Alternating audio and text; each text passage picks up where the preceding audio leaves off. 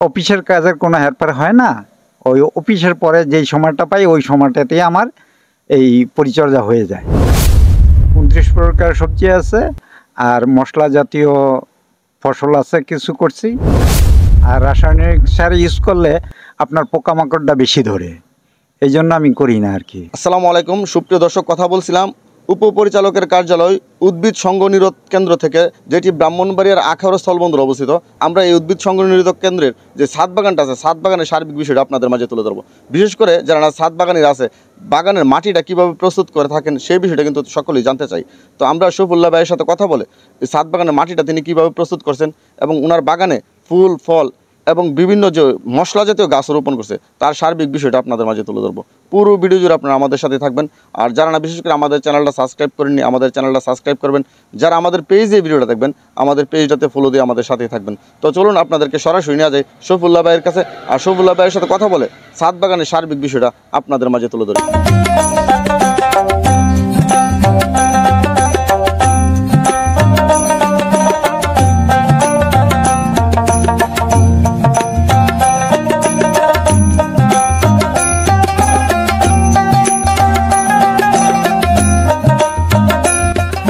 আসসালামু আলাইকুম রহমতুল্লাহ। ওয়ালাইকুম আসসালাম রহমতুল্লাহ। ভালো আছেন আপনি? আলহামদুলিল্লাহ। আপনি অনেক সুন্দর মাশাআল্লাহ ছাদ বাগান করছেন। তো আপনি যে ছাদ বাগানটা করলেন, কি মানসিকতা থেকে ছাদ বাগান করলেন? এটা মূলত আমি শখের বশীভূত হয়ে আস্তে আস্তে ধীরে ধীরে আমি করতে করতে 2800 স্কোয়ার ফিট পুরো আমার ছাদরা, আমি অফিসের ছাদরা পুরাটাই করছি। আর এটাতে আমাকে উৎসাহ প্রদান করছে আমার সাবেক ডিডি জনাব মোহাম্মদ হাবিবুল্লাহ, আমাকে এটা করার জন্য উৎসাহ প্রদান করছেন। আচ্ছা, আপনি তো 2800 স্কোয়ার ফিট আপনার যে ছাদটা, সরকারি একটা স্থাপনার মানে ছাদ, আমরা 2800 স্কোয়ার ফিট ছাদই দেখতেছি যে আপনি একদমই বিভিন্ন প্রকার সবজি ফুল ফল দিয়ে মানে একদম ভরপুর। আমরা যে এক কথায় আপনাকে জানতে চাই, আপনার এখানে কী কী জাতের গাছ আছে? ফল জাতীয় গাছ আছে, ছোট জাতের যেগুলো ফল আছে ওই জাতগুলো আছে। আর ছাদে হয় এরকম, ছাদে হয় এরকম, ছাদে হয় এরকম। আর সবজি জাতীয়, সবজির ভিতরে যা আছে আর কি। অনেক জাতের সবজি, 29টা আইটেম আছে আমার সবজির 29 প্রকার সবজি। জি, 29 প্রকার সবজি আছে। আর মশলা জাতীয় ফসল আছে কিছু করছি। আপনি তো বললেন আপনি ছাদ 2800 স্কোয়ার ফিট, আপনি এই ছাদ বাগানটা কত বছর যাবত করে আসছেন? আমি ছাদ বাগানটা 2 বছর জোরে করে আসছি। 2 বছর যাবত করে আসছেন না? এই যে আপনি এত প্রকার সবজি ফল, এগুলো কি আপনার চাহিদা মিঠে? আমার চাহিদা মিঠে, কিন্তু ওই ছাদে তো আপনার স্পেস কম এবং ওই ক্যারেট এবং বালতির ভিতরে ওই আশানুরূপ ফলনটা হয় না। আশানুরূপ ফলনটা হচ্ছে না। আপনি তো 2 বছর যাবত করে আসছেন, মোটামুটি সবজি কি আপনি খেতে পারতেছেন?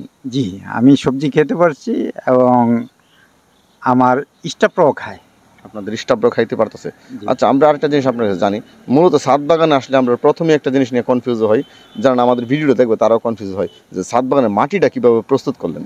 যেহেতু আপনি 2 বছর যাবত ছাদ বাগান করে আসছেন, তারপর আপনার মোটামুটি সবজি বা ফল ভালো, মোটামুটি ভালো ফলনও হচ্ছে, তো আমরা আপনার কাছে জানবো যে আপনার মাটিটা কীভাবে প্রস্তুত করছিলেন। আপনার 2 ভাগ মাটি, 1 ভাগ জৈব সার।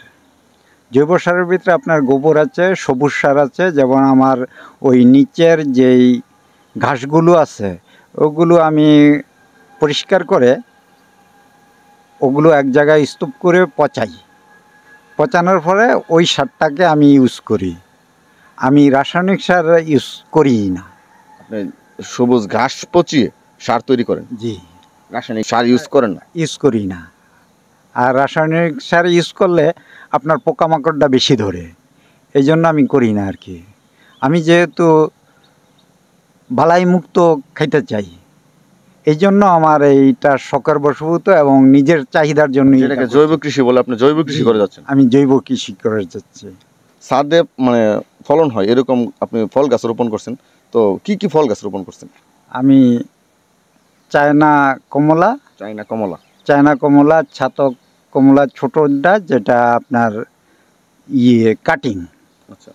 আর চেরি আছে, চেরি ফল আছে, লেবু আছে, এরপরে আপনার মালটা আছে, আর আনারস আছে, পেঁপে আছে, অনেক ফল গাছ, ড্রাগন আছে এবং ডালিম আছে। এরপরে চায়না পেয়ারা আছে, আর থাই পেয়ারা আছে। আচ্ছা, এগুলোর কি ফলন হচ্ছে আপনার সাথে? ভালো ফলন হচ্ছে?